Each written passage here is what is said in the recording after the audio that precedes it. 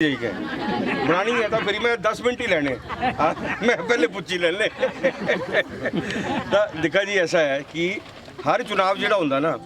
एक मैं क्या किया क्या नहीं किया उसे बाद दसगा क्योंकि तुम रोटी बनानी है जे हर चुनाव जो होंगे मुद्दे पर आधारित होंगे तो तिन्हों की मैं गल कर लेना देखा मुद्दे क्या हैं कि जल्लू भी मैं तो पूछगा ना कि थोड़ी समस्या क्या है तो थोड़े मूँह में दो तीन चीज़ां निकलनियाँ तो बोलना बिजली सड़क पानी डंगे वोल्टेज ये सारियाँ पर जे तुसा इंसान ने जाई के थोड़ा और गल करने की कोशिश करा ना तो ਜਿਹੜੇ असली मुद्दे ने सह निकलना शुरू हो जाते अजे तो 4 महीने पहले कांग्रेस पार्टी ने एक 4 सदस्यीय एक 4 मैंबरी टीम बनाई कहे साकी बोलिया मैं भी तिद्दा भाग हाँ साकी बोलिया कि तुम जाओ हिमाचल प्रदेश के अंदर जितने भी लोग हैं तिन्होंने गल करा कहें गल करी के देखा कि आज समस्या जी लोगों से क्या है क्योंकि समस्या का पता चलगा तो ही समाधान पता चलना देखा होंगे क्या कि जब डॉक्टर हाल अस जाने डॉक्टर दवाई सीधी नहीं दिता सह बोलता पहले टेस्ट कराओ तो मैं दवाई देनी है कई बार ये होंगे कि बीमारी होंगी टाइफाइड कने डॉक्टर ने दी दवाई मलेरिया की तो मरीज मरी जाता तो समस्या का जोड़ा मतलब समस्या है क्या ये जाननी बड़ी जरूरी है तो असा मतलब बागवान किसान मतलब नौजवान फौजी अर्धसैनिक बल गृहणियाँ सारे ने गलबात करी के ना साकी ये समझ आई कि 3 मुद्दे इस टाइम जो हिमाचल प्रदेश के अंदर ना सारे तो ज़्यादा प्रमुख ने कहें सह मुद्दे क्या हैं पहला महंगाई लोग साकी ये बोला कहें सारे कि इस टाइम महंगाई इतनी ज़्यादा बढ़ गई जो है कि जो साधन संपन्न परिवार भी है ना तिसो भी अपना खर्चा चलाना जो ऐसा औखा हुआ था दूई समस्या बेरोज़गारी च तुसा दिखा कि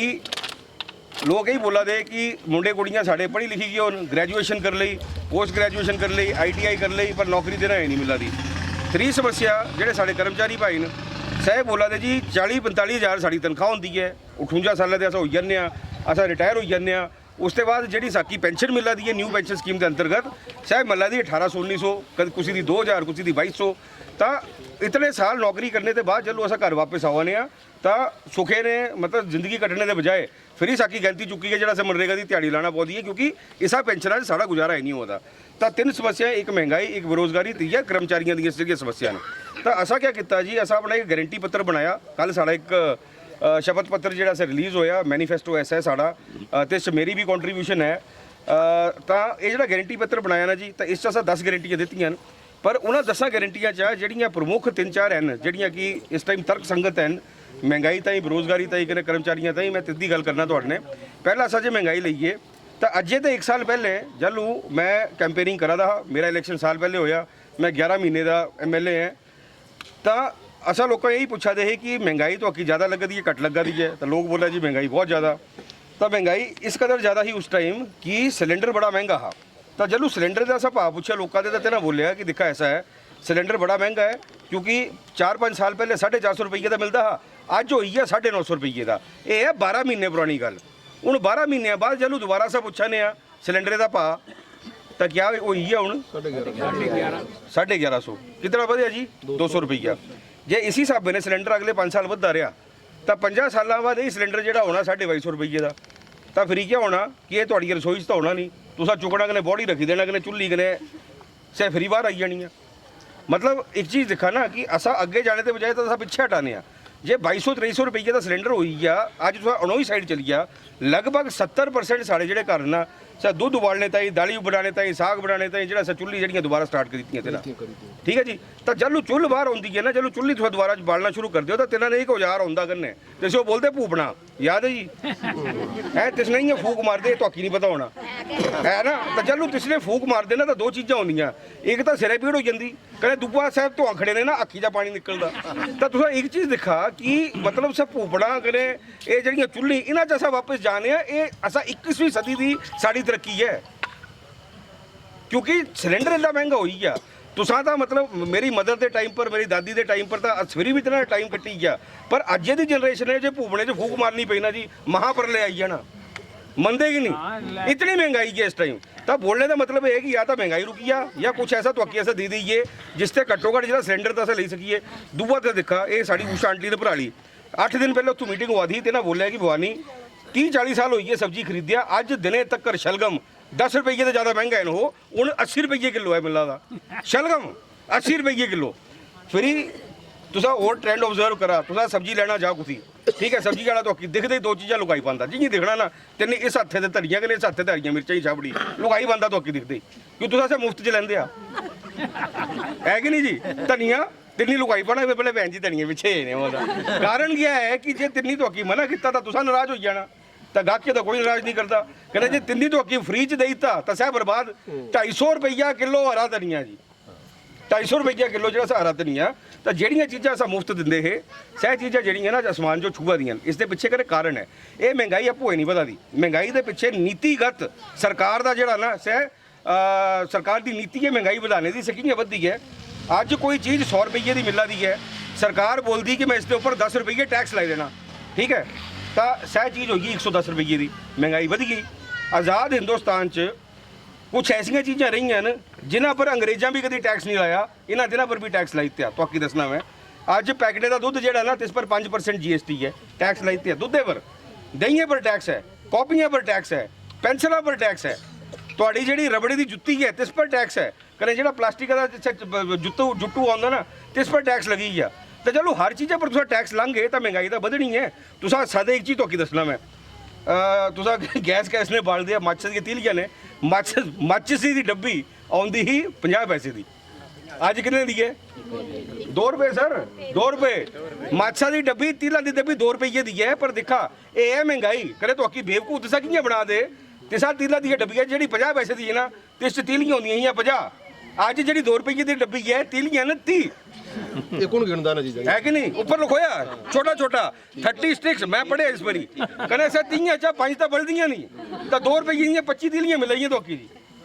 तो ये महंगाई का जोड़ा ये जो इंस्टीट्यूशनल महंगाई जी है नीतिगत महंगाई जी है ना ये हिसाब ने बढ़ी है तो असा क्या बोलाने और कुछ शायद ऐसा करी सकिए ना करी सकिए इस टाइम पर एक गल ऐसा लग्या करना प्रत्येक महिला हिमाचल प्रदेश के अंदर जे तुहाडी उम्र 18 साल से 60 साल के बिच है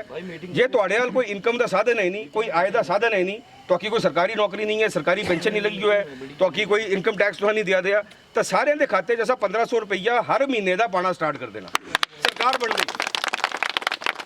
पहले सरकार 8 दिसंबर जो बना दी है क्योंकि हर सर्वे बोला था कि कांग्रेस पार्टी 45 से 50 सीट लेके अपनी सरकार बना रही है मेरा असेसमेंट है 50 से 52 सीटें साड़ियाँ होनी क्योंकि ऐसा टिकटा इस बारी ठीक बनी हैं तब बोलने का मतलब है कि सरकार बनेगी 1500 रुपया आपके खाते में हम डालेंगे और कुछ आवे ना आवे एक सिलेंडर कने 5 किलो शलगम आई जाते राशन आई डिपू का देखा तुसा जो लेना से थोड़ी मर्जी है असा 1500 थोड़े खाते च पाना और उन्हें दूसरी चीज़ों पर सह बेरोजगारी तो नीतिगत महंगाई ने कन्ने नीतिगत बेरोजगारी की तो मैं स्कीम दसना कि अज रिटायर होंदा सरकारी नौकर रिटायर होंदा उसकी जगह भर्ती नहीं हुआ दी तो मैं दसा पिछले 50 सालों कितनी भर्तियां तो दूसरियां पर हर साल 2 से 3% सरकारी कर्मचारी जोड़ा ना सह रिटायर हुआ था 50 सालों लगभग 15% सरकारी कर्मचारी रिटायर हुई है पर भर्ती तुसा की नहीं तो इतों के कर्मचारी रिटायर हुआ दे इतों तो भर्ती है नहीं हुआ दी तो तुसा दसा रोजगार आना कुछ का सरकार जे भर्ती नहीं करगी तो रोजगार नहीं बनना ये क्या करा तुसा देख लो ध्यान ने सुन लो एक लाइनमैन रिटायर होया एक फिटर रिटायर होया एक पंप ऑपरेटर रिटायर होया इन्हें से वैकेंसी खत्म करी थी इन्हें क्या किया नौकरी चुकी कर ठेकेदारे पकड़ाई थी हूँ ठेकेदार कौन ने से सारे पता ना लेने की जरूरत ही नहीं तो जिं तुसा ठेकेदारे नौकरी दी से गवर्नमेंट जॉब जी से खत्म जिसा नौकरी अज 20-25 हज़ार रुपया साढ़े मुंडे कमाना हा सह हूँ ठेकेदारे तुसा 10,000 रुपये देती ठेकेदारे 6,000 पाए अपन जेबा च कने 4,000 रुपये मुंडू रखी लिया कि जा पाऊ तू ना दिन 1-2 घंटे तू जाइए कर लिया तिसदी ना कभी तनख्वाह बदनी ना इन्नी कभी पक्के होना कने 4,000 च ना इसका घर चलना कने त्रिशंकु से लटकी जाना ऊपर जाने जोगे ना थले आने जोगे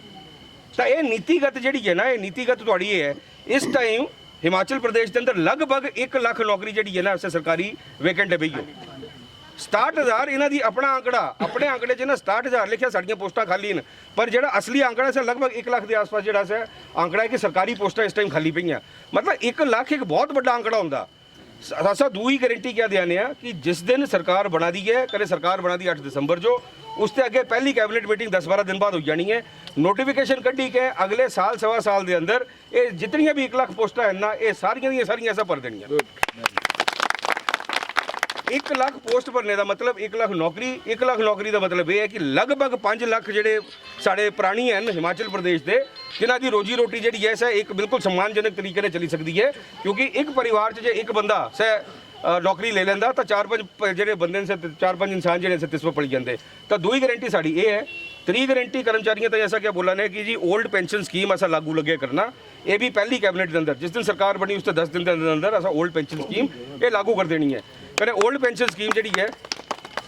ये ऐसा कोई ऐसा नहीं बोला नहीं। जयराम जी पूछते हैं ये आप कैसे करेंगे, ऐसा बोले तो अक्की दसना नहीं, ऐसा करी के दस गए, क्योंकि साड़ी सरकार तिना राज्य च है, एक है झारखंड के अंदर, एक है राजस्थान के अंदर, कने एक है साड़ी छत्तीसगढ़ के अंदर, कने इन्हें तीनों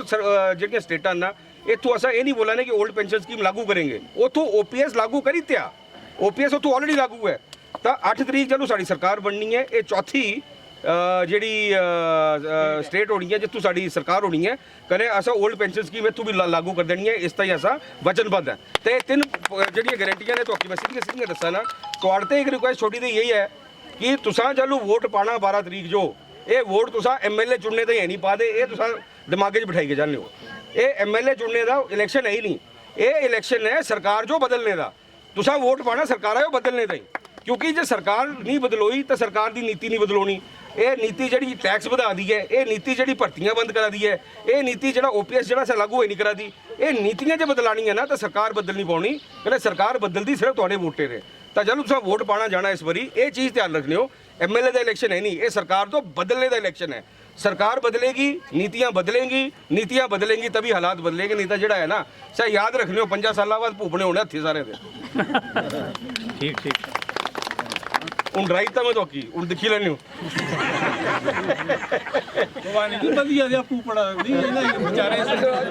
अरे तो एक और गल दसना मैं जी छोटी दी कि अजे ते 1 साल पहले 4 इलेक्शन हुए हैं हिमाचल प्रदेश के अंदर, मैं तो 4 इलेक्शन हुए हिमाचल प्रदेश के अंदर, बाई इलेक्शन तो मैं भी जितया चाहूँ तुसा कांग्रेस जो जिताया, इसका फायदा दसा क्या होया, उसते एक दिन छड्डी के सरकार ने क्या किया, पेट्रोल 10 रुपये कने डीजल 15 रुपये सस्ता करीता, याद करने उसा, क्योंकि हर सरकार जो झटका जरूरी होंदा, तुसा झटका लाया साल पहले पेट्रोल डीजल सस्ता हो गया, इस बार ऐसा झटका ला लियो 5 साल होशना हुआ है। बाकी जी थोड़ा सहयोग थोड़ा समर्थन चाहिए है, कने अपना आशीर्वाद इसी तरीके से बनाए रखने हो। बहुत बहुत धन्यवाद जी, बहुत बहुत धन्यवाद। भवानी जी चुनाव प्रचार जो है अब शुमार पर है, यहाँ पर भाजपा वैसे बिखरी पड़ी है, वहाँ नूरपुर के वन मंत्री आए हैं, सबसे पहले तो आप इस चुनाव को किस तरह से देखते हैं? नहीं देखिए, चुनाव तो बहुत ही स्पष्ट और सिंपल सा चुनाव है, ये चुनाव प्रत्याशियों के बीच का तो है नहीं, ये चुनाव जो है वो सरकार बनाने और सरकार को बदलने का चुनाव है। और अगर आप देखें, मैं सिर्फ फतेहपुर की बात नहीं करता, ये पूरे के पूरे हिमाचल का जो मूड इस समय दिख रहा है, वो 3 प्रमुख मुद्दे हमको दिख रहे हैं, जो पहला है महंगाई का, दूसरा है बेरोजगारी का, और तीसरा है कर्मचारियों की जो समस्याएं हैं। इन तीनों को अगर आप देखें तो मेरे हिसाब से हिमाचल की जो प्रबुद्ध जनता है वो अपना मन बना चुकी है, और ये ऑलमोस्ट 1 साइडेड इलेक्शन जो है ये होने वाला है आपकी तरफ से। हाँ जी, मतलब 1 साइडेड इलेक्शन जाएगा, ये कम्प्लीटली 1 साइडेड जाएगा। मतलब चाहे आपको लगेगी चैलेंज बहुत ज़्यादा है कहीं से, बट ऑन ग्राउंड ऐसा कुछ नहीं दिख रहा। अब हिमाचल प्रदेश में स्टार प्रचारकों की भरमार लगी पड़ी, आज सचिन पायलट जी नूरपुर विधानसभा क्षेत्र में आए, तो फतेहपुर में कौन से स्टार प्रचारक आ रहे हैं? नहीं देखिए, आज मुकेश जी ने आना था, पर कुछ हेलीकॉप्टर के टेक्निकल स्लैग की वजह से वो लैंड नहीं कर पाए, तो हमारा डोर टू डोर ये था, आपका शॉप टू शॉप कार्यक्रम था राजा का तालाब में, तो वो हमने फिर उनके बगैर ही कर लिया। तो बाकी स्टार प्रचारक हमने अभी तक तो कोई डिमांड नहीं किया है, और इसका पीछे कारण यही है कि जो इलेक्शन का खर्चा है वो काफ़ी बढ़ जाता है कैंडिडेट के ऊपर। तो हमारा अगर आप देखें, स्टार प्रचारक की कुछ टाइट सीट्स हमारी हैं जहाँ पे 50-50 मतलब का मार्जिन लग रहा है, तो स्टार प्रचारक की जो डिमांड है वो वहाँ पे है, और हम भी यही चाहते हैं कि जो सीट्स हमारी जहाँ मतलब समस्या ज़्यादा है उधर स्टार प्रचारक जो है वो कॉन्सेंट्रेट करें। फतेहपुर में मुझे लगता नहीं कि इस प्रकार की कोई समस्या है अभी। अब जो लड़ाई है फतेहपुर में वो दोनों पठानियों की है, हाँ जी, कैसे लेते हैं आप? नहीं सर, लड़ाई तो मैं कभी मान के नहीं चलता, ये चुनाव है, चुनाव में प्रत्याशी होते हैं, और जिस प्रत्याशी को ज़्यादा वोट मिलते हैं या जिस प्रत्याशी को लोग ज़्यादा पसंद करते हैं वो इलेक्ट हो जाता है, तो मतलब ये लड़ाई नहीं है। हाँ जी, धन्यवाद। धन्यवाद।